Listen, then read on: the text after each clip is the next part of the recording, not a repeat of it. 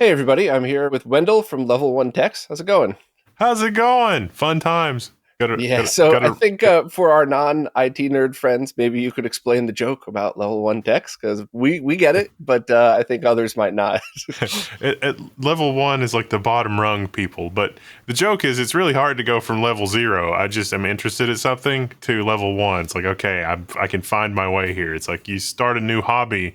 Where do you go in? And technology is a lot of fun. You can automate your house. You can take back control of the cloud. You can build your career. You can do all sorts of fun things. But where do you start? Level one. That I love both of those things. I love the pun and I love that, and that's so true. Most of my live streams are like that. It's me jumping into something I've never done before, looking like a complete moron for the first half hour, and then figuring it out by the time I'm done. So. But people don't understand. You've got to fail fast. You've got to confidently fail fast at things. And one of the worst things you can do is kind of middlingly succeed at something. And it's like, no, we tried this thing. It doesn't work. It's like, Yeah. I haven't accomplished anything. It's, no, you found a million ways that it doesn't work. That's great. Keep going. Yeah, and the worst thing that you could do is just assume that you're awesome at everything. And I guess, Yes. well, that's the second worst. The worst thing you could do is that, and then go on your YouTube channel and teach people the wrong way to do things. There's a lot of that, and it's painful, and you see that in a lot of enthusiast forums. I mean, that's one of the we run into that on our forum too a lot. It's like no, it's like Reddit are confidently incorrect, and it's like well, there's a subtlety and a nuance there, and I get sucked into that too because I try to do a 5-minute video on something, and it's like well, okay, there's a subtlety and a nuance here where it's like this edge case. We really don't want to talk about this. Like you want to talk about error correcting memory and ZFS systems, and it's like, well, that is a good idea. There is a subtlety and there's a nuance there, depending on what you're trying to accomplish. People don't want to. It's like, no, if someone's wrong on the internet, I must post. It's like, okay, Yeah, it's always funny trying to hit that sweet spot because if you over explain something and you have a 2-hour video that could have totally been a 15-minute video, you're going to lose everybody, and yeah, somebody's still going to find something wrong with it. So yeah. you might as well just get to everybody and get them started first. It seems like a reasonable strategy to not treat everybody like morons and assume that they're going to Google things, but you hope that when they're searching for things that it leads them back to reasonable posts or your forum posts. But there's been an explosion the last few years of people that are really excited in all of the stuff that technology can bring them, whether retro and nostalgia or to just like, hey, I don't actually have to give some company money every month to enjoy media that I've bought 8 or 10 times now. That's the Yeah, thing. And so there's an explosion of people posting and being excited, and it's just, and that's yeah. good. It's good. 100% agree. And the home media server thing is something that I've been running since long before I probably should have been trying to make computers do that. And it's always been really important to me because up until recently, with some of the, I think it was some of the Marvel movies had Disney Plus, I believe, uploaded better quality videos than you get on the Blu-ray because it's more of a aspect ratio filling because it's got the IMAX cut. But really, up until that, the only way that you can get the best consistent quality is by getting your own media. And are, even when DVDs were a thing, did everybody have a DVD player in every room? And would you want to? Do you want to sit through the same government warning a million times that's never once stopped anybody from copying anything in the history of time? Yeah, No, you want to press a button. it's one of the cardinal sins. It's like this thing is entitled to waste my time, and it's like it's not. I want to immediately seek to minute 2 of episode 7 of season 4 of Star Trek: The Next Generation. I don't need to sit through anything else. And I say, Yeah. oh, we've got these pre-rolls. Oh, we got no. That's theft. You are stealing my time. Plus, how many times have you had a Blu-ray player menu crash on you or freeze on Yeah, you where you had to reboot it, which is just bullshit. Like, yeah. just give me the damn movie. I ripped it to MKV. I saved a couple of gigabytes space because I don't have any of the garbage in there, and it's the same thing with the same audio and the same video tracks in it, and none of that crap. You just skip. So Yeah, and it's going to take people like us and people like our audiences to make sure that that is formally enshrined as a legally protected activity in law, because these kleptomaniacs want to not do that. It's like, oh, we must protect it, and it's like, look, I got news for you. This crappy Blu-ray not that important in the grand scheme of things. yeah, no, you're totally right. So I guess to back up for a moment, would you kind of give everybody an overview of what your YouTube channel does? Because I know you do your weekly, podcasty style videos. You also do, everything basically. It's Level1Techs is just, we post videos about all kinds of stuff. There's three of us. There's me, Ryan, and Krista. And I'm kind of I'm kind of a nerd, a little bit of the nerd's nerd. It's like there's something weird that's happening. It's like, I don't know. Okay, let's figure it out together. And and Krista and Ryan, and Krista does her gardening videos and all sorts of fun stuff like that. And Ryan sort of brings the darkness. It's like, there's a lot of darkness in how this technology might be used to abuse and do terrible things, and we should probably keep an eye on that, because we can be a force for good, but there's a lot of people out there that want to sort of co-opt goodwill and enthusiasm around these kinds of things to do bad things like the aforementioned Blu-ray, which doesn't really help anybody except, sort of lining pockets and that sort of thing. But anyway, we do videos on how to build home servers or motherboard reviews. A lot of the time it's hard to find a motherboard that has, perfect support for Linux. And it's like, what's the trade-off here? And it's like, well, this motherboard will do this and this, but not this other thing. Or this GPU will do this and this, but not this other thing. So a lot of fun things. Yeah. Yeah, absolutely. And there's such a need for level-headed people to talk about the darkness and things, because I think, and I'm not going to go off on a rant here, so don't strap in everybody. It's only going to be a second, but there's so many people that are batshit crazy that talk about actual real things, but coming out of the crazy people's face, it's like, okay, tighten up your tinfoil hat, buddy. I'm sure you know what you're talking about there, but they're actually sometimes correct. And it's nice to hear from just calm, intelligent people like, no, Amazon Alexa is absolutely spying on everybody, and here's the proof, and here's the people that I met that work there that I believe it or not, I was actually at a wedding one time, and the person next to me, first drink, wasn't drunk, unprovoked, was like, oh, I work on, Amazon Alexa. And I said it in front of my wife because I kept telling her, and she thought I was a tinfoil hat wearer. I was like, oh, yeah, how often do you guys listen to people's conversations? The guy goes, all day long. What do you think we do for fun? It's a boring job. And but everybody at the table was like, what? And he's like, yeah, we just call it, testing out the services. But, sometimes we got some funny families that do silly stuff. We just flip it on and listen. And it's like, told all you people, this is exactly what goes on. How do you feel about that? And yeah, you need level-headed people to discuss it. So there's a guy that this is something after our own community, but nothing I can claim credit for. There was a guy who made a brain slug, the brain slug from Futurama. Mm-hmm. It's a 3D printable thing with a tiny embedded computer in it. You put on top of the Alexa, and it plays noise into the Alexa's microphone until the brain slug hears the keyword, and then it turns off the noisemaker so you can talk to the Alexa. And it's like, that's great. That's genius. That's the level of protection that we need. But it is an adversarial relationship, and it's somebody that's been watching this develop, since I was a teenager. It's sort of been fun to sit back and watch all of these things come true, but it just gets more and more and more restrictive the more opportunity there is for your technology to be co-opted, to do things that are not in your best interest. It's there was this movement in the early 20th century around planned obsolescence. There was controversy around light bulbs. It's like, oh, the light bulbs last too long. Let's all agree to make the light bulbs not last as long.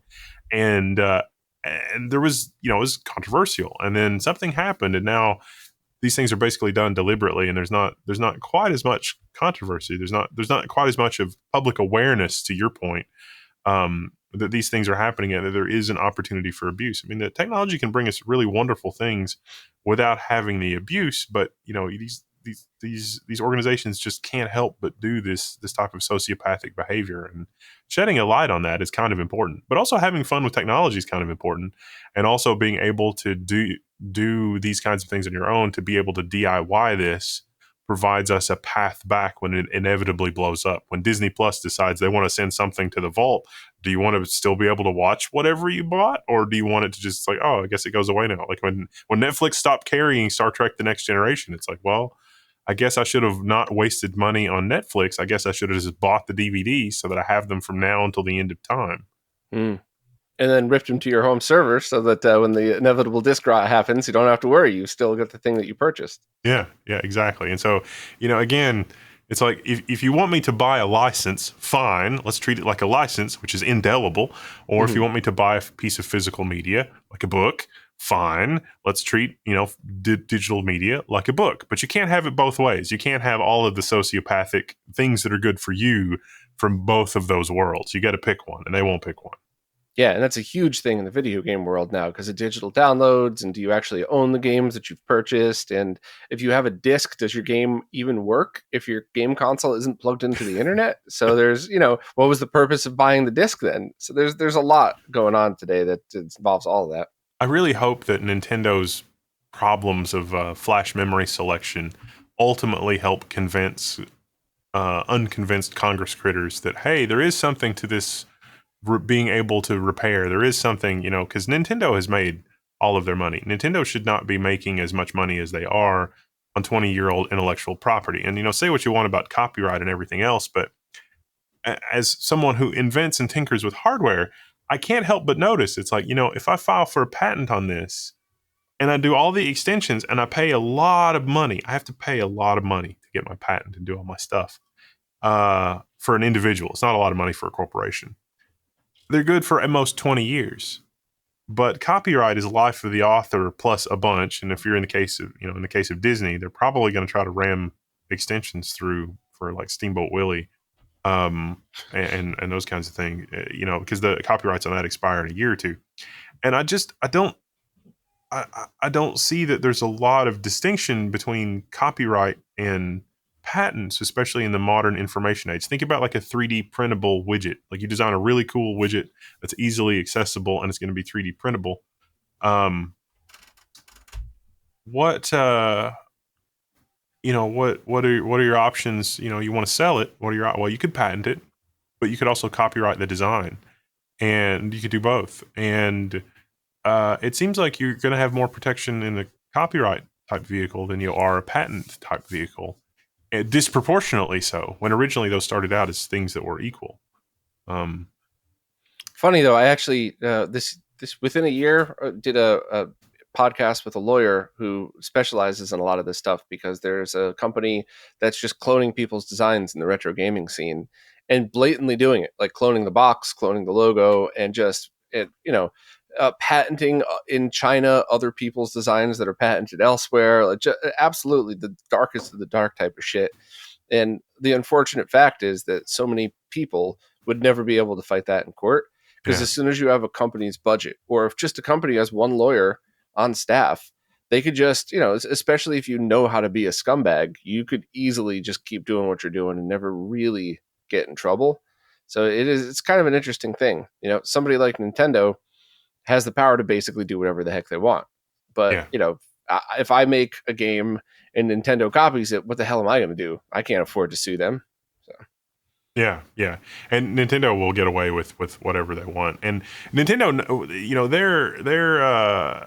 they're cognizant of this, and Nintendo is being very careful to aggressively pursue only the most egregious offenders, but it becomes the thin end of a wedge until even reasonable behavior is curtailed, because you're going to need these same tools to repair a Wii that's lost its marbles because its flash memory is defective as somebody who's just going to blatantly pirate a bunch of games.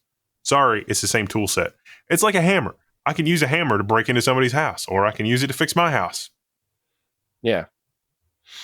Yeah. Interesting how people really like to pick and choose what examples they use for stuff like that when they're arguing about this. You Yeah. could just picture like a Nintendo campaign from the 90s where they just show the evil hammer breaking people's windows and, completely omit the fact that you actually need that hammer to build a house in the first place. But So you wouldn't download a hammer, and it's like, something's been lost in translation. I yeah, don't know. absolutely. I can download a 3D printable hammer that's actually really amazing. I mean, I've literally downloaded 3D printable tools and jigs and stuff to help me do things, to help me hold connectors while I solder them, or to help me quickly go through and we've got a project on the Level1Techs store to replace an ancient controller in Model M keyboards. Model M, the buckling spring, and people got a lot of these, and it's a vintage PS2 connector. It's kind of hard to find a modern um, a PS2 to USB adapter that can support the power requirements of a 20, 30-year-old keyboard.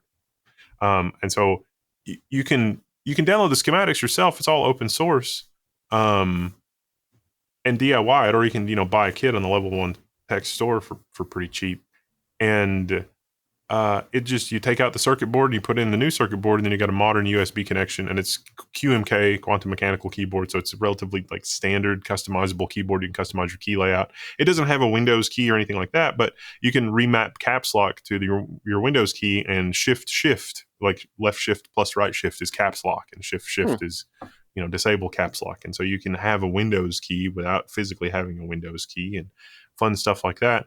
And this kind of thing wouldn't be possible in a world where that type of copyright maximalism exists. You wouldn't be able to modify a Nintendo or a Super Nintendo to use a flash-based cartridge. So it's like, let's enjoy third-party games on a 20 or 30-year-old console. To say nothing of doing it on modern consoles. It's like, I would like to not use Microsoft's walled garden or licensing agreements or whatever, and just develop my own original Xbox game. And it's like, well, can you do that now under the law without violating something? And it's like, it's kind of a minefield. Yeah. Whereas think about Bleem. Everybody knows the story of Bleem, and Sony sued the bejesus out of them and lost, because it's like, hey, you want to be able to, and that there's a lot of people that cling to that to say, oh, this is an example of that this is okay, and that we have a keyhole through which we can do all of the things that we're doing now. And the reality is that it is a very tiny thread by which that Bleem was allowed to exist. And uh, I don't know if the Bleem case happened today. It seems unlikely that the outcome would be the same. And yet, I don't know that I can point to a specific law that specifically impacts the Bleem ruling, that you can run emulation on a different platform and so on and so forth. It's like the only problem with the Bleem thing was really just distributing the ROM from the PS3, right? Or or not the PS3, the original PlayStation. Original PlayStation. Yeah. Yeah. I mean, that's kind of an interesting one, and that's something that we in the retro space have always just kind of held on to that and kind of moved forward. And I think when it comes to the retro stuff, in most cases, if you're not directly profiting, then off of other people's IP, then you're pretty safe. So if you sell flash carts that come with a micro SD card that has the firmware preloaded and like a freeware ROM on there, you're cool. But if Yeah, you sell that same flash cart loaded with every Nintendo game ever made, then you're probably going to get in trouble at some point. yeah. And I think that's totally fair, obviously. But Yeah, well, I'm right there with you. I think that we should have a wide berth on this, but there are people inside of Nintendo and Sony that obviously feel very differently and have a disproportionate amount of money to sort of chase these rainbows. I even think that something as simple as, okay, 20 years have passed, and 20, that's a lot of stuff at this point. 20 years have passed. It should be completely okay to fully emulate literally everything in the original Nintendo inside like an FPGA. Like, we're going to make a faithful reproduction. This is not a software emulation work-alike of the original Nintendo or the original Super Nintendo. We're going to rebuild the original circuitry exactly as it was, but in a modern FPGA type scenario, so that you can yeah, have like and the that's original completed. gaming experience. And that's completed, and that's been safe so far. Yes. Brian from Retro USB has the AVS. Kevin Horton originally did the first analog NT Mini, and then of course the Mr. FPGA project. And I think the reason is because that would fall under white room reverse engineering. So you're not stealing anything of theirs. You're just looking at what you have and reverse engineering from what you have sitting on your desk. So that is, I'm pretty sure, why all of those cores are legal for now, because nothing from the original code was stolen. But like when those Nintendo leaks came out, if somebody took, if somebody just took the GameCube files and used that code directly into an emulator, that's illegal. But, Yeah. you know, Well, you got to be careful with the FPGAs though, because there are components of that could still fall under copyright, even though the physical designs, like the physical collection of stuff, maybe predates it. Like, you could copyright a circuit layout for something like a flip flop, just a flip flop. We didn't in the '60s, and this wasn't a problem. but you could copyright. It's like, this is how, and then it's like, how else are you going to build this? Oh, it's like, okay, well, you could use NOR gates instead of, NAND gates or whatever to build a flip flop. It's like, okay, maybe that's new, but like chords and progressions in music, there's really only so many combinations. And Mm, at some point, you have to draw the line of like, this word and phrase is going to occur in this work versus that work, and they do largely the same thing, and it gets into a thorny issue. It's a little unlike the Bleem case in that we don't have really clear case law where a company has alleged this doesn't work or this is contrary to whatever, and the courts have said no, this is completely fine because it isn't codified in law that it's okay. And it shouldn't. And that's not how laws work. Laws are supposed to say what you can do anything except these things. But unfortunately, they're so ambiguous. You can drive a truck through it, which is a whole other problem. Whereas the Bleem case, I think, is something different. The Bleem case was, Sony put on their best show and they still lost. And the same thing kind of happened with the VCR. It's like the VCR was almost illegal. yep. It was Just in Australia. They had to sell them without the record function. yeah, and it's just, this is madness. Yeah. Um, but yeah, I think that there are very important functions that these things serve, and I think that Nintendo realizes for now that to an extent it would do themselves a disservice in their argument that like this kind of thing shouldn't be permitted. But at the same time, going forward, I'm sure that they're incorporating things in their designs, their new designs, that will make this kind of thing in the future harder and harder. Which is, again, why this is not Yeah. the whole point of the patent thing. Was you get like, okay, I'm going to come up with this new novel amazing thing, boom, we've patented it, here you go, and future generations can say, yes, this is not only the documentation for how to do that thing, but now the rest of society can benefit because we can build on this thing. And we've entered this sort of dark period where everything is undocumented and awful and made deliberately obfuscated and adversarial so that folks that really enjoy it have a harder time carrying it forward to the next generation because there's more money to be milked on it. And this is the tragedy of our time. Yeah, but luckily, there's a lot more of us than there are of them, so we can still keep doing it in the background. We just got to be very careful of how we go about doing it until we figure this out. In the not too distant future, we're going to have to get together to make our voices heard that this is not only a permissible thing, but this is good for society. Yeah, no, It's going to be a call to arms. Look for it. It's going to be a thing. yeah, I We seem to have completely agree. strayed a bit. Sorry. Well, I guess to bring it back a little bit more to the hardware side of things. Speaking of hardware, I just got a fancy new mic stand, and as you can see, the mic just keeps falling slowly, and I gotta, I always try to save money first, and so I got like the $18 one, which actually did a pretty darn good job for like 2 years, and then I bought this $80 one because I didn't want to have to buy the actual real nice one for 150, and yeah, it doesn't work as well as the $18 one. Nice. Yeah. Great. Well, another thing to add on my list. But speaking of hardware, what would you suggest for somebody who's wants a gaming rig right now on a budget? Now, there's a million videos out there that could tell you how to put together the highest powered, if you have 15 grand to drop. But like realistically, what have you been testing in the past year or so that's kind of more of a budget friendly thing that people could use and rely on for gaming? Um, it really, like, the nicest thing that I think is the more extreme budget probably still is corporate cast-off machines that you then upgrade. And the Windows 10 and Windows 11 are driving a kind of shedding of 8th and ninth generation um, desktop workstations. Certainly anything before 8th gen, because 8th gen is the cutoff for Windows 11. But a lot of those machines don't have a TPM module, and the IT departments don't really care to like flash the BIOS and reconfigure it and enable it. So we've seen a ton of like Dell and HP mini towers that are like 9700, 9900, no K, obviously. Um, you can typically get those for like $100, $150 at local corporate surplus auctions. Like just go to Google, type where you are, and do corporate surplus or government surplus or whatever, and you can show up and bid on things, and don't go bid crazy. And that is a good starting point. Those will have a crappy power supply, and they won't be able to deal with any kind of reasonable GPU. But about half the time, I would say the power supply could deal with a GPU like a 6600. And Mhm. I've seen 6600s in that $200 range.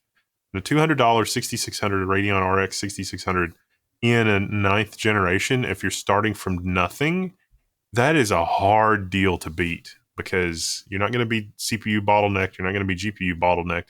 You can play about anything you want, even modern titles at 1080p on that 6600 and have a reasonable experience with reasonable settings. You might not be able to play on highest and stay north of 60 FPS, but you're going to be getting 60 to 90 FPS on just about everything at reasonable graphic settings at 1080p.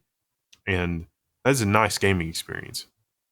Yeah, it's a great suggestion. And is there any suggestion for Intel versus AMD? When you're talking about picking up surplus stuff like that. There's usually not a lot of AMD surplus from that generation. All of the AMD stuff is new enough that people are still hanging on to it. Like people are still hanging on to it. Like even if you got like the first gen, you got a Ryzen 1700. Even with the 6600, that's not a lot of fun for gaming. You can do it, but you're leaving a lot of GPU performance on the table in a lot of scenarios. Not every scenario, but a lot of scenarios. And a lot of people hang on to those kind of CPUs for like their home server because you get 8 cores in a home server that's very low power still, makes it excellent media server, makes an excellent, just home server for whatever you want to do. Run Docker, run TrueNAS, whatever you want to run at home. It works fine. Or secondary computer, kids computer, something like that. So I don't see very much AMD hardware um at surplus. It's all Intel. That's going to change in a couple of years because AMD's been selling a lot of machines. But for newer stuff, sometimes you can find stuff on sale. Like if that's too low end, there are really good deals on AM4 stuff, and AM4 is generally the better deal right now, especially with stuff on closeout. If you want something that is basically top shelf performance but not top shelf dollar, if you can still find a 5800X 3D on the order of $300 and you build a system around that CPU, that's AM4. That can't be beat. I mean, it's 8 cores and you got the V cache. I mean, it's going to do anything you want, even if you go all the way up to a 4090.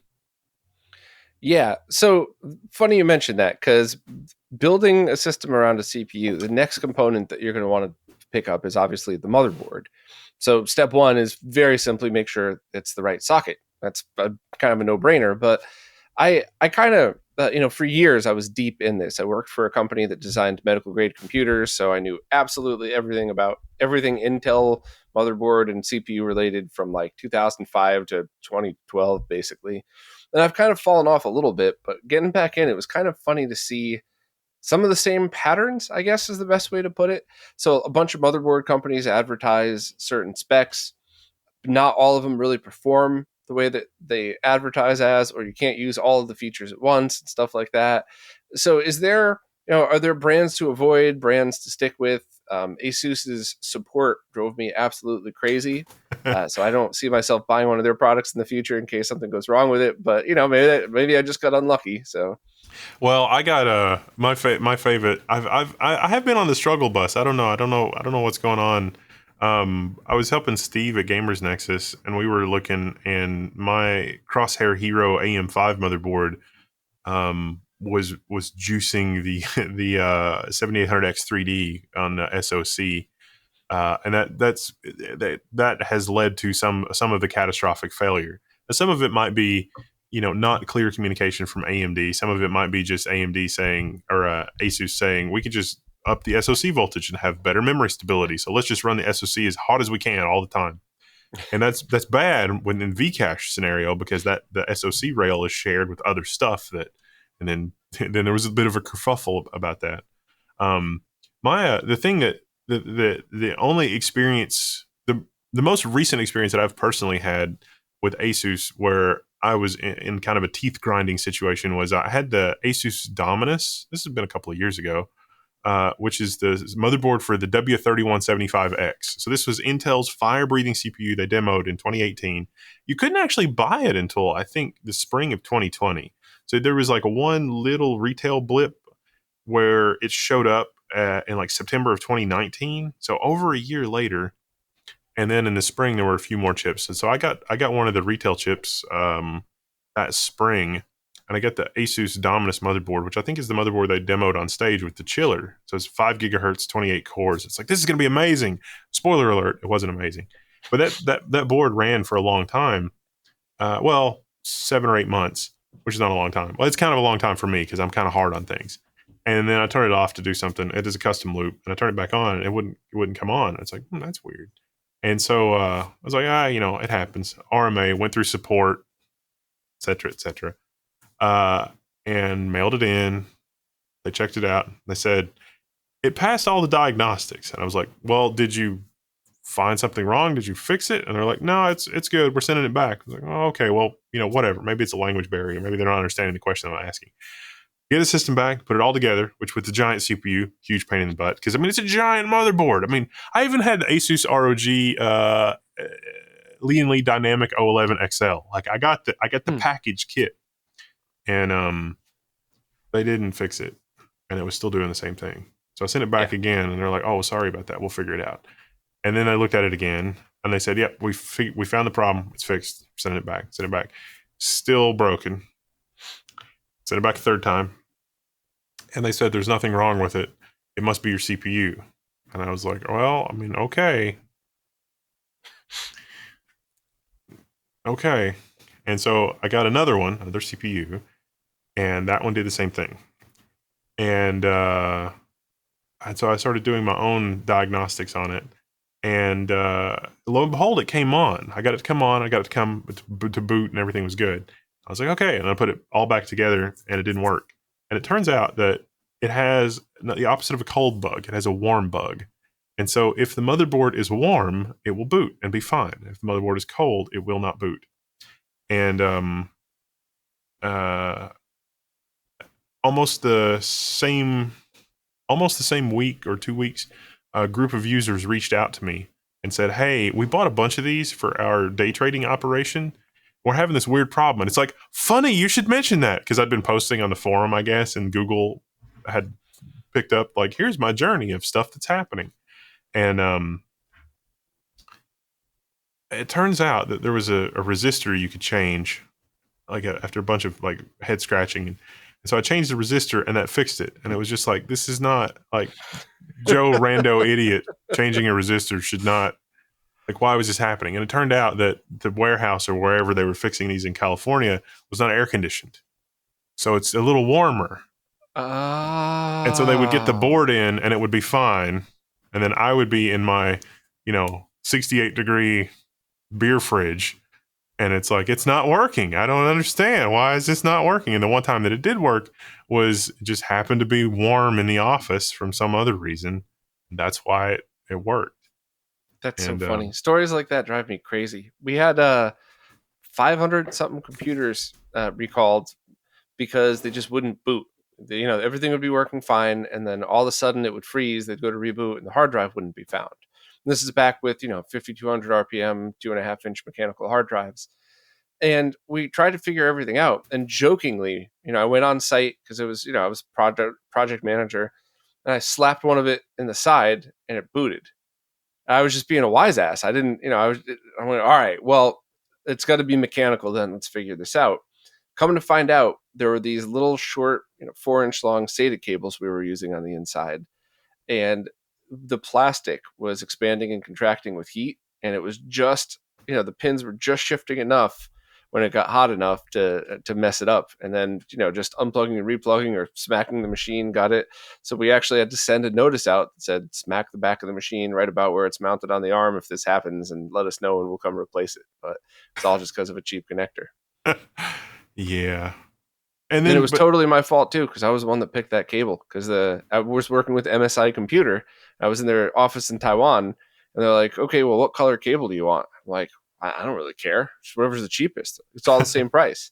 Well, fine. I want it blue then. I was just being a dick. And they were like, "Okay." So I guess they had every color except blue, and they had to source it from another manufacturer. And they didn't just fess up and tell me that, and they got it from a cheap manufacturer, and that was the whole root of the problem. So, yeah, it's madness. It's just complete madness. And it's like they have clips. It's like I should have got one of the cables with the clips, but that was probably 3 cents more. These did have clips. That was the even more messed up part. So you'd think that they were in there nice and snug, but nope. Nope. See, You it's just mentioned before something that I had done that I loved was that the surplus stuff. Also one thing to mention, there are some reseller stores that that all they do is surplus, and I bought a bunch from a few over the years, and most were actually very good. One sent me the wrong power supply, but it was super cool. It was a laptop, and they worked with me to get the other ones. I've had really good luck with those, and I've had machines like I got a Xeon workstation that was very expensive for nothing, a couple $100, and it was my main machine for like 2 years. It was yeah, great. And, on 24/7, rendering video 5 days a week. Really, a good work machine. But the only issue I've had with those is very often there's a lot of proprietary stuff. So yeah. that HP workstation, you actually couldn't put it in another case because there were things built into that case that it would search for as the computer booted. And there was even some Dell workstations that I had got where the motherboard was ATX, but you would have to cut and resplice some of the power connectors because they wanted you to only use Dell rated parts and all that. And there was garbage stuff too. So, do you have any experience with that? And are people just basically stuck with the same cases recently, or the power supply is swappable? It usually, it does. You have to look up the model. It's always a good idea to Google the model and like replacement power supply to try to figure out if it's a normal power supply or not. Almost always, the small form factor machines are something proprietary. That doesn't mean you can't get, on eBay or a secondary parts store. Like you can find somebody selling a compatible power supply that you're not going to have to pay the full replacement price for. But that is a worry. And a lot of the time in the workstations of the more powerful machines, you can run into situations where the CPUs are locked to the vendor. So a Dell server, for example, those CPUs are typically locked now, where you can't take the CPU out and use it in something else. It must be a Dell. Um, I didn't know that. yeah, That's smart kind of people will fucked up. probably defeat that before too long by flashing bits of the part of the computer that says I'm a Dell is not really super protected. So it's kind of possible to bypass all of the signing nonsense to be like Joe random motherboard is a Dell. Hmm. But it's slightly trickier. But with things like OEM signing keys leaking, it's like, oh, let's fix that. Which has happened to both Dell and MSI and some other companies. So it's kind of like, desktops, you see it less, but it still can happen. You can still have a desktop class CPU that is locked to a particular vendor, Dell or HP or whatever. And so that makes it not fun to even just to harvest the CPU out of it. Because if you get one of these machines, it's $100 and it's got, you know, an 11700 in it or something. It's like, well, is the CPU worth $100? Yeah, probably. And then you can put an i3 or something in it and then resell that for $100, and then you got a CPU, and it's worked out. But it does only do that if you have a lot of time to really do your homework and figure that stuff out, because nobody wants to. Hmm.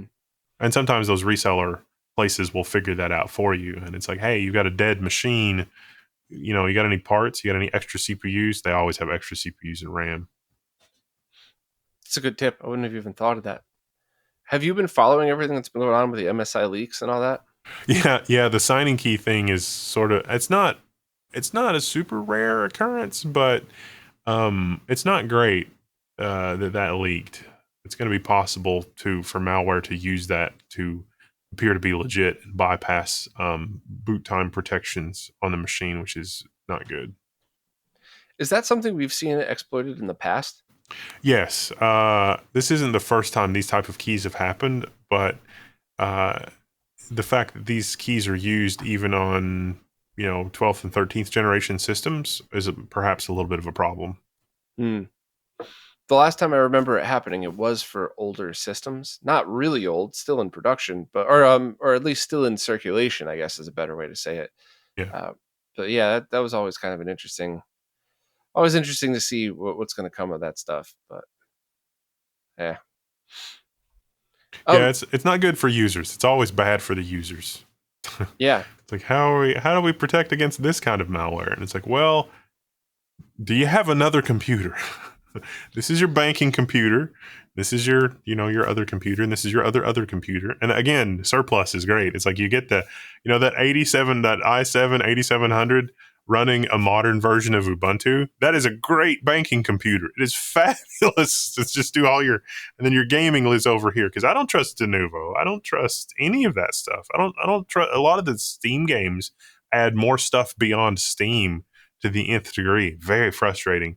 And it's getting tougher and tougher to get that to work in a Windows virtual machine on a Linux host. That's because I really have to do some Herculean things to my Windows virtual machine to hide the fact that it's virtualized, because all these games are like, I'm really paranoid you're cheating. That's nonsense. Absolutely. I mean, there probably are people that are cheating, but at best that's slowing them down, and at a cost of really annoying a lot of paying users. Yeah, yeah, that's actually something some friends of mine are really digging into. They're working on they're calling it FGCOS, Fighting Game Community Optimized System, not operating system. Everybody gets that wrong, but it's basically a script that you run, um, and it completely disables everything that's not necessary on your Windows-based machine, and they're getting latency numbers that are significantly different than before you run it, to the point where it's a bigger upgrade than like changing your CPU type of thing. And it was pretty impressive to see. But a lot of the things that you wouldn't expect to add latency absolutely do. And I'm just, obviously that opens some security issues, of course, but I'm all for, if you're serious about gaming or if you're a shop that has tournaments, then dual boot the machine, boot it into the FGC side, and then or just boot it into general if you need a general PC, and don't worry about it. Yeah, yeah. It's a little bit more tenable when you approach things from that kind of a perspective. I mean, for my main phone, I don't even trust apps.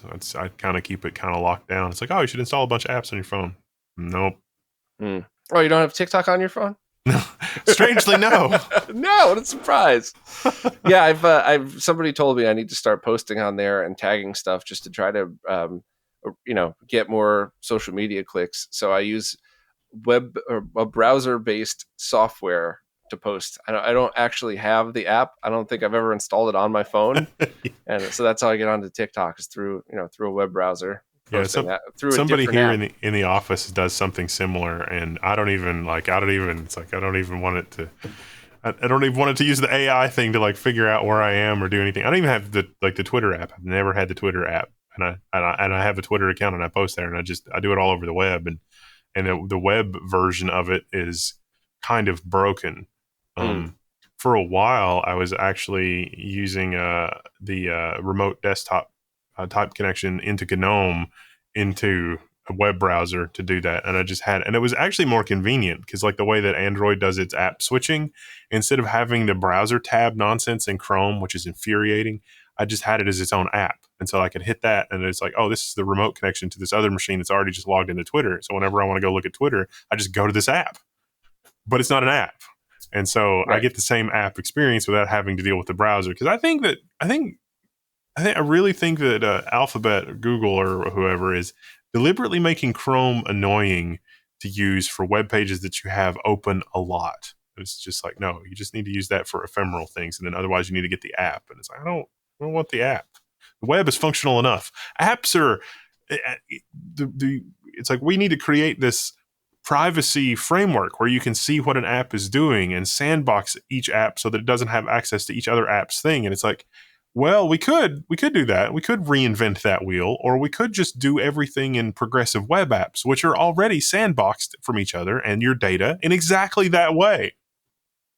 Yeah, it's it's kind of interesting how we fell down that rabbit hole, because when the iPhone first came out and the jailbreak community stepped up and there was a bunch of really cool things on there, it was the only way to do it. And it was pretty awesome to be in that scene and to kind of be at the forefront of that. Even just stuff like adding 5 icons to the bottom instead of 4 or whatever. It was neat. And then as things started to progress, I have most of my stuff on my phone as bookmarks. So it's your tab problem, but that doesn't bother me. I rarely use any apps or anything because I don't understand the point of so much of it.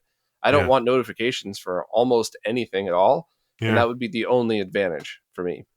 yeah, yeah. There's others. It's astonishing how many apps think that they're important enough to have a notice, and it's like, look, if I'm awake or if I'm working 8 hours a day, and I check my stuff once every hour, that's only 8 things that I check. Only 8 times I have to look at something a day for 5 or 10 minutes, and then do triage and notifications, and then I can go on to the next thing. And if you have interruptions that you deal with more often than that, it is a recipe for non-productivity. Like I can switch gears really quick in my head for that kind of stuff, but it's just exhausting to switch gears that many times. And Yeah. people get weird about it. It's like, no, I have to be able to do this. Like some of the people that I work with, doing the computer janitoring thing, it's like, no, you have to respond immediately. And it's like, do I though? Do I? So since I got you here, I got to ask a personal question for my own setup because I'm sometimes really selfish, but I imagine there's somebody listening that this will be helpful to them as well. USB hubs have been driving me crazy lately because I have USB 10 gig per second ports on my PC. And if I plug a USB 3.2 flash drive into it, I'll get 600 megabytes a second transfer speed. But if I put it through a USB, 3.2 10 gig per second hub, it drops to 40 megabytes per second. Yeah. And am I just buying shit hubs? Is there something wrong with my motherboard or what? And the way I'm testing is just doing that with Crystal Disk Mark. So is my test method, is any of this my fault, or is there just, shit USB hubs out there these days? USB is a little bit of a dumpster fire. And also we've had a USB chipset shortage for the better part of 2 years. I haven't been able to get reasonable sized batches of like KVMs out the door, just because the chipsets that have been available in the market have all they fail just basic validation tests. So I've got a little suite set up where I do, you know uh, audio latency, deferred procedure call latency, um, IO, like doing an IO operation from a Samsung, like a T7 or whatever external hard drive while playing audio. And there's stuff in the codec, there's stuff in the USB stack to deal with those kind of things, to do fair queuing and quality service and control and all that in a way that's transparent to the user. And every single one of these chipsets does not implement that correctly, especially the ones that actually run at 10 gig. And it's more Hmm. apparent now because we finally have computers that are fast enough to saturate those 5 and 10 gig buses. And so that's why it seems like it's gotten worse lately. One, the chipsets, they really are actually legit garbage. And two, computers are fast enough that you actually notice. The USB ports on your motherboard are also vary a lot. The highest quality by far USB ports on your motherboard come directly from AMD CPUs. There's some USB resources that are available directly on the CPUs, usually two or three ports. Um, Most motherboard manufacturers realize that, and they route them to the front panel. And the reason that they route them to the front panel is because most USB chips are designed to be a centimeter away from the connector. They're not designed to be at the end of a cable. And Hmm. so when you use the front panel connections on your motherboard, it can compensate for the USB cables in your case being hot garbage, which is very often the case. And so a lot of the time people are in this impossible situation where if you used a high quality cable to go from your front panel connections to your rear IO, those USB cables are going to be the best and most reliable USB ports that you have, period. Especially like the USB-C connection on modern AM5 CPUs, and to a lesser extent the 5 gigabit. Not every motherboard does that, but a lot of them do. There are a couple of as media chipsets that are designed to to for this signal integrity, signal to noise ratio, that the operating level, I guess you'd call it, to deal with a front panel cable. Those are okay. You see those a lot on Asus motherboards. Asus seems to put a lot of work um, into that aspect of their motherboard. But those have generally all gotten better. So like X370, the best USB ports were the ones from the CPU. Even the ones from AMD's chipset, which is kind of sort of as media, weren't always fabulous. Um, and but MSI and ASRock and Gigabyte have gotten a lot better about realizing that and dealing with it. One way that Asus dealt with it is they would put onboard USB hubs, and so you got to in Windows, you got to go to Tree View and see how your stuff's connected. you would generally want to avoid a USB port that is on an on motherboard USB hub to connect to another hub. You want it to be in its own root port, is what that's called. And so that's a good idea. Generally, the USB-C ports are not in a hub. So if you have a USB-C 10 gigabit to 10 or 5 gigabit hub, that's your best strategy. Sabrent, good brand. Anchor, also a good brand. Anchor is meant for power. Like there are a lot of USB ports and they have separate power control and separate. So they're meant for like phones and commercial installations and so on and so forth. So it's not, there are features in that scenario which I think make them not ideal for the desktop use case. And Sabrent bridges the gap. And Sabrent's kind of a new up and comer. I don't have as much experience with those, but Sabrent and Anchor have very rarely let me down on their brands of stuff. So that's nice. Maybe give those a try. But also don't be bashful about trying different physical ports on your motherboard and making notes, because it makes a much larger difference than most people realize. So I only have two 10 gig USB ports on the motherboard, although supposedly there are some on board as well for front panel connectors, which my case doesn't have that, because you can't hook up a 3.0 front panel connector to a 10 gig, 3.2 motherboard header, right? You'll drop the speed. Yeah, but you can get a breakout cable, and it'll go to a slot. So right. Those are cheap. So you just gave me that idea to try that. But the main reason I needed a hub wasn't actually because I needed more ports. The 2 is all I would need for the high speed stuff. It's just that I don't want to walk around to the back of my PC every time I want to plug something in. So my thought was the same as it was with USB 3.0, in that I could have a 75-foot USB cable. If I got the power coming from the plug, very, very often I get the same speed. And it's not the case now at all, because I can't even get it with a 2-foot cable. Yeah, there are a couple of transceivers in the market that are optical. And so if you search for optical USB 10 gigabit extension, you might find the appropriate cable. But there are also counterfeits of that one because it's in hot demand. So good luck. They're $140. Yeah. I just had to Google it. Yeah. But optical, when we're talking about more than 5 gigabit USB, optical. It's getting to the point where the copper quality is so bad that it's hard to source DisplayPort cables that are truly DisplayPort 1.4 compatible. DisplayPort 1.4 is 32 gigabit, and it's supposed to have, this much signal to noise overhead. But most modern copper cables is more like this. And the design of the Level1Techs KVM is such that we're predicated on having this much signal to noise ratio, because by the time you get through the KVM, you've got this much signal to noise ratio because of just the physical connectors in the thing. And so it's like, oh, we've gotten so good at bending copper that now the copper cables are like up here. And so we're banging against the limits of it when you need to do 4K, 120 hertz, 444 chroma. The KVMs have no problem with it, but the signal in and out of the KVM through the cable plus the KVM, that's a little bit of a problem. And so optical DisplayPort cables are also just better. And if you're a gamer and it's like my monitor is weird and cuts out, even if you're not using a KVM, it's worth the $60 to order a fiber optic DisplayPort cable. 99 out of 100 times it's going to fix it. That's a great piece of advice. So hey, my selfish question did actually probably answer some people or solve some people's problems who's listening. But yeah, that's and what about even shorter extension cables for I guess for USB? I mean, is there a 10 gig 3-foot extension cable that's worth a shit, or is it just hit or miss now, just like everything else? Yeah, it is complete hit and miss. I would rather, it's so bad, I would rather spend the money on the $150 cable and be sure that it's not going to be a problem than get, a 3-foot extension and deal with it.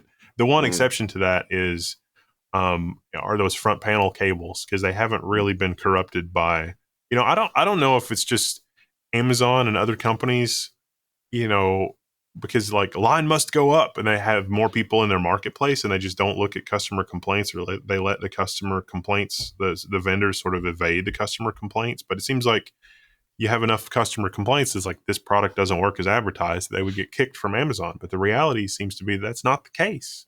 Yeah.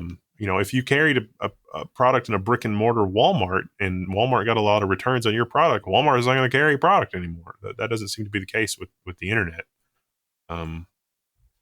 for whatever reason. And so it's just all use your Amazon return policy liberally.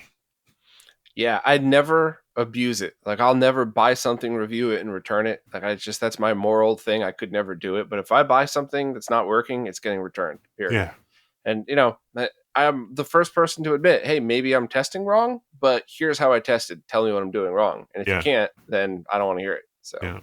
That's if what I you run send you into. with like with Asus, if I send you 2 pages of exactly what I did to test because I don't want to waste your time because I've been on the other end of it, and you respond with, "Have you tried another port?" You could go fuck yourself because I just sent you all of the hours worth of work that I did. So yeah, Yeah. Yeah, it's like that with add-in PCIe cards too. So like with the VFIO, where it's like I want to run a Windows virtual machine under Linux, blah blah blah. Sometimes it's really nice to be able to stick in a PCIe card that gives you 4 or 6 or 8 USB ports. But the chipsets that are there for that are also not really good. We used to have a small list of hardware, and then a couple of users posted, it's like, hey, I ordered this one, and it's like, oh, you didn't order the right thing. And I looked at pictures of it, and I was like, holy crap, this is a clone of the one that's good, that's using the chipset that's bad. And so you get into this impossible situation of, I would like to tell you to go buy this thing, but as soon as I do that for something that's inexpensive like a USB controller, you could you can design your own and then order it and have it made in China and shipped here. And you don't know if you got counterfeit chips or not until you test literally every single one of them. And so if you order 1,000 of them, and they mix in 10 or 15 that have bad chips or bad whatever, just so their margin's a little better, it's like, oh, it's just the defect rate. And it's like, yeah, but that seems a little high. And when I look at these and the other ones, I can sort of visually see that the laser etching on the chip is different. And so if there was somebody that was worth their salt in quality control, they would have caught this without me having to test 1,000 of these. yeah, that's a problem I constantly talk about, and that this is why you want to avoid some of this junk, or that's if you are on a budget, you have to go in understanding. You buy that HDMI splitter on Amazon for $20. If you get a good one, that's a holy crap good deal. But Yeah. you're probably going, 1 out of 10 people, it's not going to work right, and you're going to have to return it. And you might be able to just have the same exact seller send you another one. And if you take a picture of both of them, you pop them open, you might actually end up with a different unit with that Yeah. return. So yeah, it's frustrating. Yeah. Yeah, I don't it's everybody has to be an incredibly sophisticated consumer to deal with all this, which is insane. Yeah, it's frustrating. Well, I mean, that's why, not to toot our horns here, but that's why we need people like us to do all the work and, hopefully make our living through affiliate links, but we do all the work for everybody. So It's still adversarial though, because I've definitely had the situation where it's like, okay, here's the thing that I ordered and this is amazing, and then it's like, oh, we need a bunch more of those, and it's like, wow, the quality's really gone down here on this thing that I reviewed 6 months ago. What's going on? yeah. So Thunderbolt. Oh yes, That you was a you year did a lot of long. amazing testing on Thunderbolt, and that was a really good. You found something that I would not have realized off the top of my head, so that's very good. Thank you very much. It's unfortunately that's the story of my life. My old boss used to say, if you think something's unbreakable, send it to Bob, he'll break it. So yeah, that's So I guess after I released that video, a lot of people stepped up and kind of pointed me to very hidden documentation. Definitely not on the Thunderbolt main page and all that stuff. Shockingly, Get Thunderbolt's Twitter account didn't respond to that one, even though they responded to lots of other BS that I've tweeted about. But I think what it comes down to is total bandwidth and realistic maximums. I think that's kind of it. So Thunderbolt 3, the one question though, the one thing that I still can't come up with an answer for is I've seen people do hard drive speed tests over Thunderbolt 3. So single device over Thunderbolt, not daisy chained, and they were getting higher data rates than would be required for 4K 60 444 capture. So, but it was right on the line. So maybe the answer is just simply that it comes so close to the line that you're not going to be able to hit that, or it didn't make sense to me, and my nerd brain was going crazy. So I think okay, brass tacks. Thunderbolt 3 and Thunderbolt 4, in terms of data performance, exactly the same. There's a tiny asterisk there because there are a couple of really pedantic neckbeards that should know better than this. But it was the case that with Thunderbolt 3, because it's older than Methuselah, that you could have 2 lanes of Thunderbolt 3 and still get your Thunderbolt 3 specification. No one has done that since 1865. But yes, I guess technically that is a bandwidth difference between Thunderbolt 3 and Thunderbolt 4. Uh, you're welcome, crazy neckbeards. But other than that, there's not really any kind of change between Thunderbolt 3 and Thunderbolt 4. Pretty much all of the implementations of Thunderbolt 3 of the last millennia have been the 4-lane implementation. And actually, most people don't realize that Intel did a fab tour a couple of months ago for other folks, and they demoed 80 gigabit Thunderbolt 3. And as another sort of caveat there, it's like, oh, it's a higher data rate. Nope. Same data rate. USB-C is double-sided. Fun experiment you can do if you have a USB-C thing that is malfunctioning. Flip the cable on both ends. You may find that it suddenly mysteriously starts working. And that's because there's like a hair or debris or your connector's a little worn out on one side but not the other. It's also the 2x10 gigabit is literally just USB-C with 2x10 gig connections connected on both sides to different USB root ports, as opposed to what they normally do, which is connect the top and bottom side to the same USB root port. So it doesn't matter which way you have the cable oriented, whatever. But anyway, Thunderbolt does have an 8-lane standard where you have all 8 lanes connected in the top and bottom of the thing, and they've never done that because they're asleep at the helm. Thunderbolt 4 is the same in all data rates and all this other stuff. Thunderbolt 3 is a theoretical maximum of 40 gigabit. Reality, it's 4 PCI Express 3.0 lanes with some overhead and a little bit constrained memory mapped I/O and a little bit of management overhead for management packets that it also puts on the bus to be able to manage the endpoints. So it really is PCIe 3.0, 4 lanes, blah, blah, blah. And there's no buffer. It's just a bus. The devices can buffer, but the bus doesn't buffer. The Thunderbolt controller doesn't buffer. And so that is a theoretical maximum of about 4 gigabytes per second. Same as a PCIe 3 by 4 lane SSD. Now, most capture cards don't do any kind of compression. The kind of capture cards that do onboard compression are usually USB because that's only 5 gigabit. It's like you have there are 4K 60, such as the ones from Epiphan, which are, I use those. They're pretty good. That can do 4K 60 capture, but they do it over USB. And the reason they can do that is because there's a hardware compression chip in there and it's sending less bandwidth. I think you looked at the AverMedia. Somebody sent me the DataPath cards, the $2,500 ones, the ones that are really pro, and the AverMedia Live Gamer 4K, and both were exactly the same performance over Thunderbolt, and both worked when done internally. And there was a whole lot of other stuff involved. You have to use the right codec because codecs that work perfectly with 5036p at 60 frames per second won't work in 4K 60. It's kind of crazy. There was a lot of other stuff that kind of I had to butt heads with before I got to that. But yeah, it was both of those. And they definitely do not do any compression on there. Yeah, there's no compression, there's no buffer, there's no anything. And so in that, when we're talking about that, it's not just a question of bandwidth, but also latency and an I/O overhead. So there's this idea of how many clocks. You may have seen it in certain BIOSes. It's like what's your PCIe latency timer? 32 clocks, 64 clocks, 96 clocks, 128 clocks.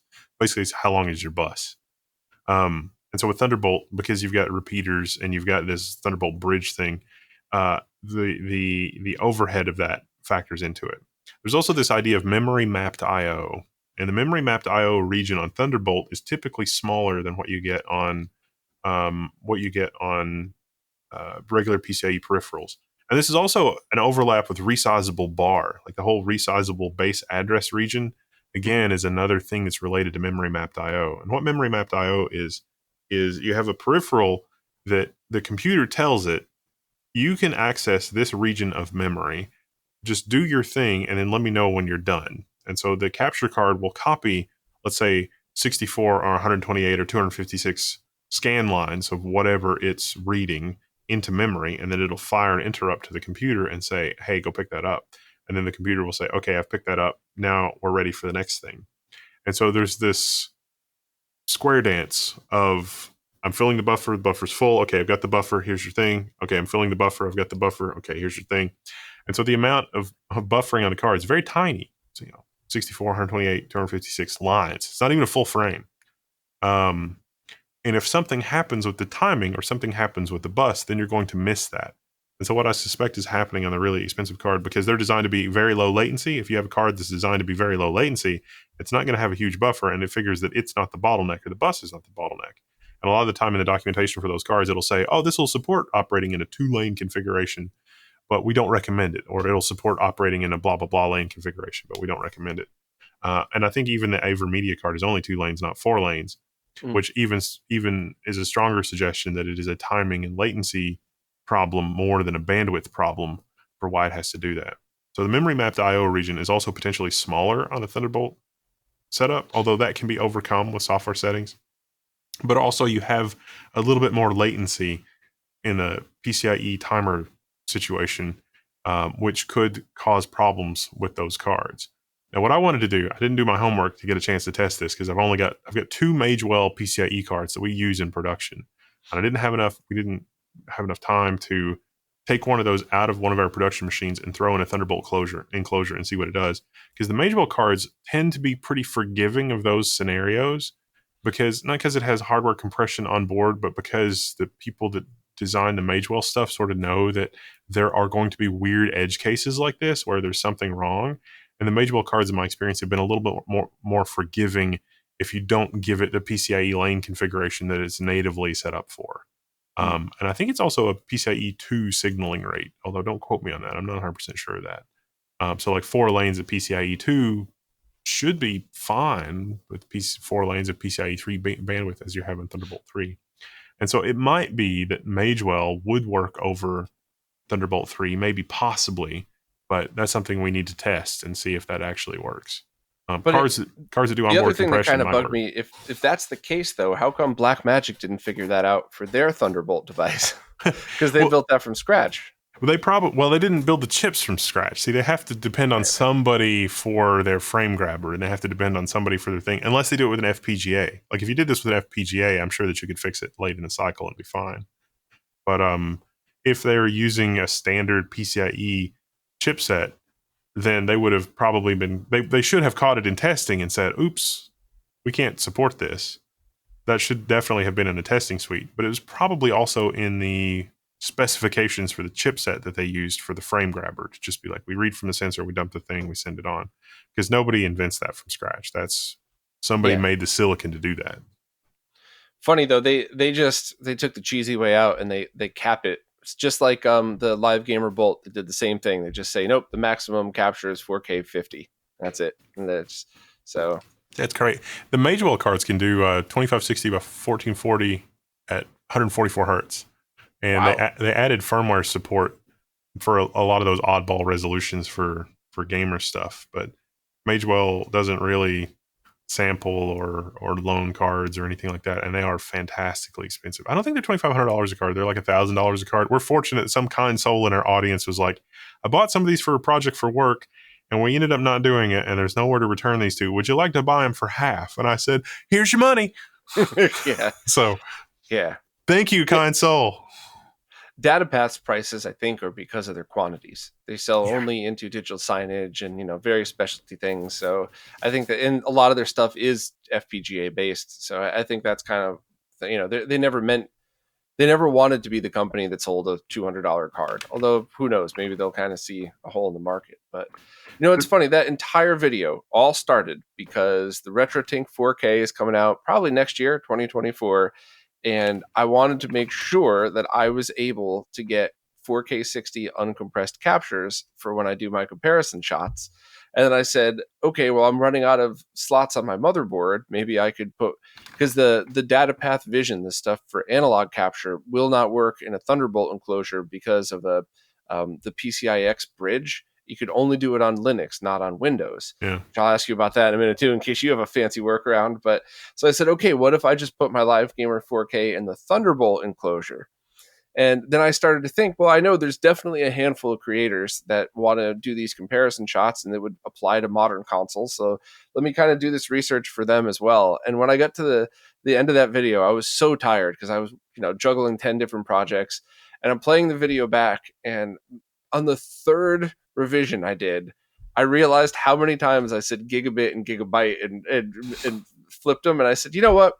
This is a negative income video. I'm making zero money on this. Most of my subscribers aren't going to give a shit. My fellow nerds are going to really appreciate it, but like I'm losing money. Fuck it. I'm leaving it in there just to drive people crazy in the comments. And that's exactly what happened.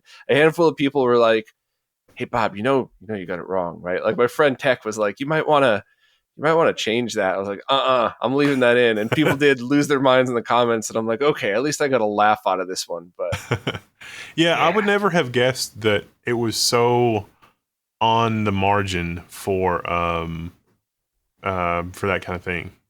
I never would have guessed that it would be that much of a problem for cards that are uncompressed, just because Mm. usually there's enough buffering on the card to be able to deal with that. Usually there's enough that you don't, the designers kind of deal with that if it works well enough, it's like, oh yeah, you can totally do this. And especially when you look, it's like, this is PCIe 2, it's not even PCIe 3. So it's got to be subtiming, or base address region, memory mapped IO related I think somewhere. that completely sounds like the issue. And, I appreciate you putting the time in to think about that, because that was something that was driving me nuts. And I just wanted to know the answer. I didn't even expect a solution. I just really wanted to know. And that sounds exactly like what it would be. I definitely want to try the Magewell cards, because if any cards can do it, it's them. But you can't. Thunderbolt is also, a lot of the time, Thunderbolt implementation goes through a chipset that also only has 4 lanes, and so it's like a daisy chain USB situation, but with PCIe. So your CPU connects to your chipset, and then your chipset, has the Thunderbolt chipset connected to it, and so like sometimes the link between the chipset and the CPU is also only 4 PCIe lanes.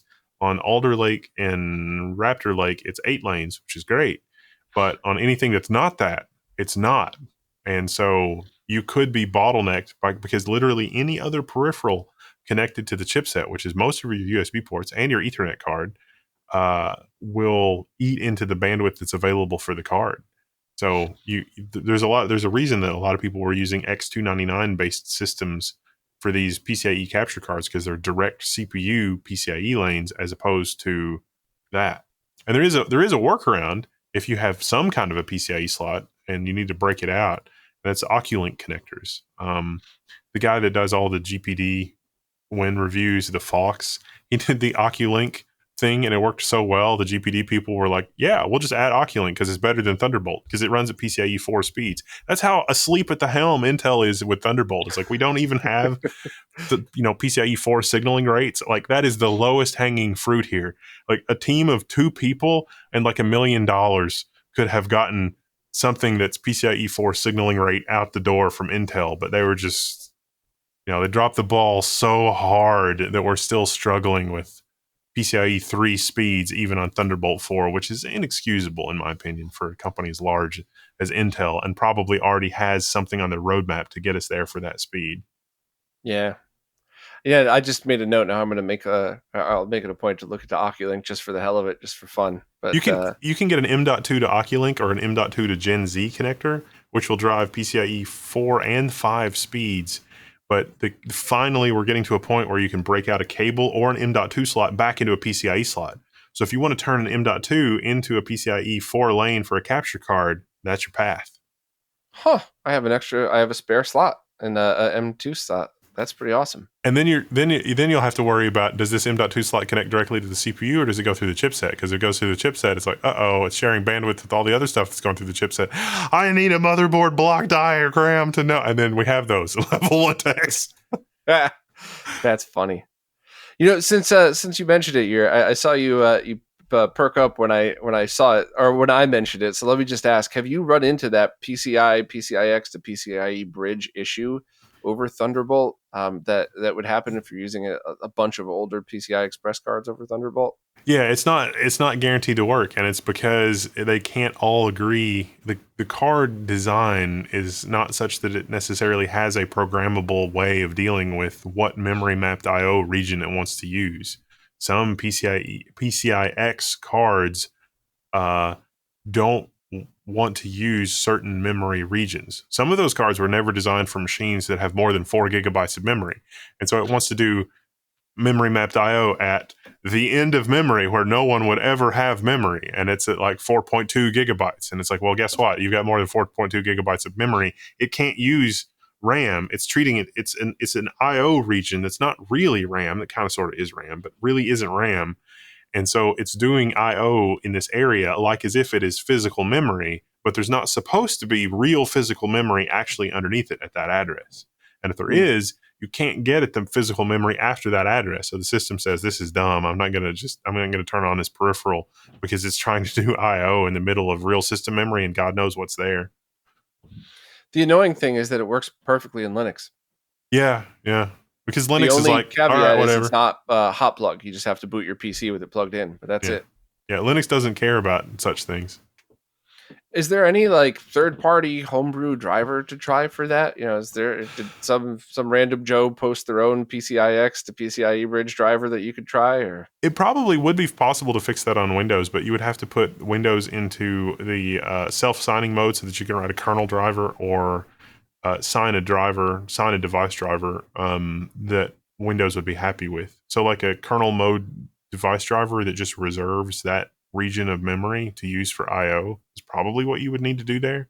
So probably not a huge deal for somebody that knows those words, but I wouldn't know how to do that off the top of my head. hmm. But the signing part is easy. Well, the signing part is not easy. It's annoying, but uh, the actual like map the driver, make it work, do the I/O, um, should be pretty easy for somebody that does that all day long. It's probably an afternoon project. Hmm. It's funny because I imagine Datapath could do that fairly easily, but they don't want to because then they'd have to support it, and I don't blame them one bit. I Yeah. don't want to start. If I were them, I wouldn't want to start supporting fringe cases that might be 0.1% of their install base for that card. So yeah, I don't. I would say no if I were them as well. It might be the case that they're looking at the Windows driver signing requirements and saying this is annoying and stupid. That too. Yeah, it's gotten so much harder to just run unsigned drivers on Windows. It used to just be a couple of quick fixes. Now with Windows 11, it's a massive pain. Yeah. Funny enough, too, for whatever reason, the monitor that I got won't display in 480p. So if it's over DisplayPort, and I have, but it's also one of the monitors that doesn't have the newer HDMI specifications. So I have it plugged into my graphics card with the DisplayPort cable, so I can get 4K 144. So every time I need to get into the BIOS, I need to switch over to an HDMI cable. So it makes things like booting into safe mode and stuff like that just a giant pain for me. So. EFI boot. If you do you have CSM disabled or CSM enabled? Can't remember, to be honest with you. Because how that works is also affected by your BIOS ROM on your graphics card, and there might be an update, a firmware update for your graphics card to change the way that it works, which fixes that. But also, if you disable CSM, a lot of the time BIOSes will try to run in native mode so that it's crisper and sharper. And like Asus BIOSes will try to do that so that it runs at 1920 by 1080 natively so that it's sharper. And sometimes that fails.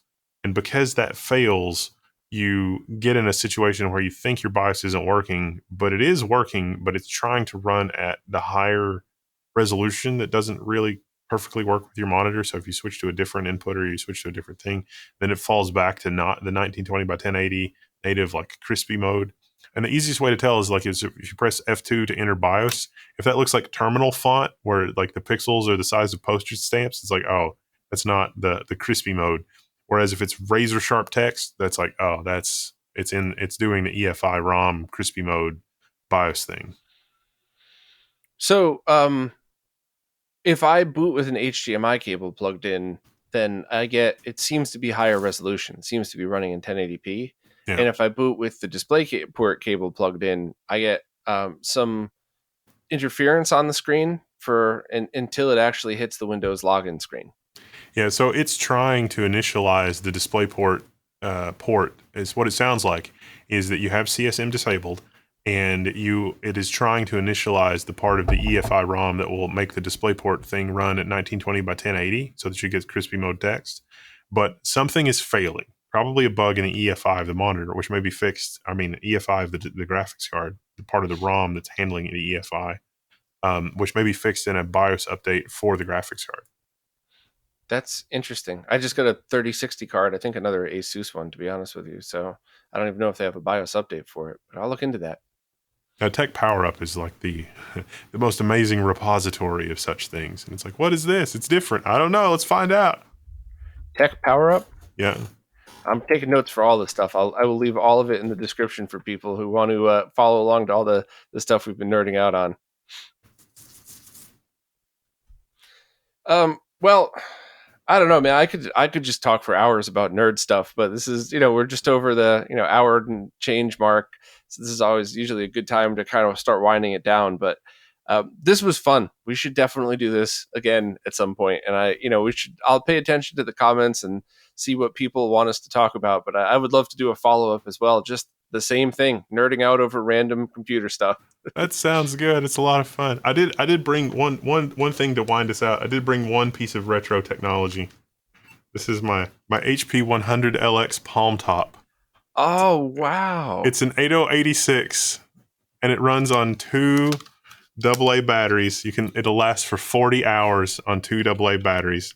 Let me bring up a DOS prompt. That is amazing. When was that released? What year? It's like 92, 93, something like that. Jeez. So it has a multitasking system where you can, like, there's a personal information management things, there's a phone book and all that kind of stuff, but it's also DOS underneath. So if you want to run Lotus 123 or Pocket Quicken, there you go. So like if I do dir, there's my C drive. So I have to ask, I think I would get lit on fire in the comments if I didn't. Have you run Doom on it? No, it's too old to run Doom. I know, I'm being you can barely run Wolfenstein. Just barely. That is awesome. What a neat little piece of equipment.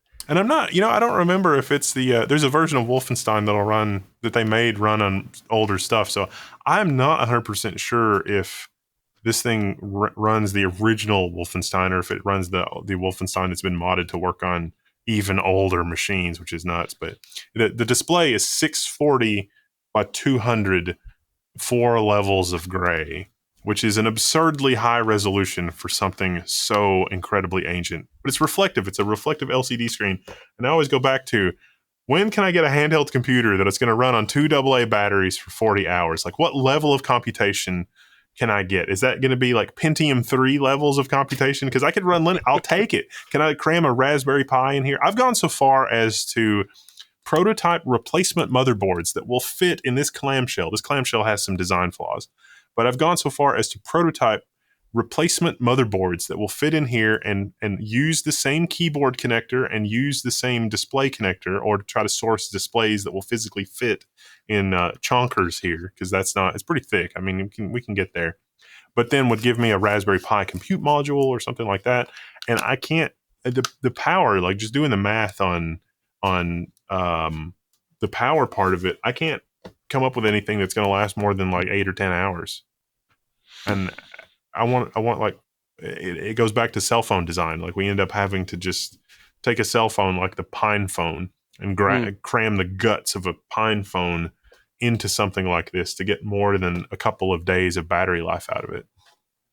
Well, I mean, there's that famous story about when other cell phone manufacturers heard about the iPhone. They're like, that's bullshit. It could never happen. The whole thing would have to be one big battery. And the whole thing is one big battery. So it's funny, but it's unfortunately true. It's with all this power that we're getting, processing power, we need more battery power to support it.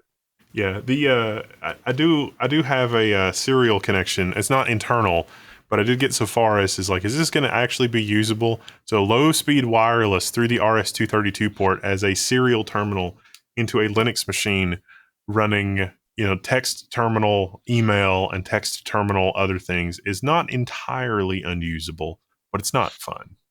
Yeah, that's still awesome though. That's a very cool piece of retro technology right there.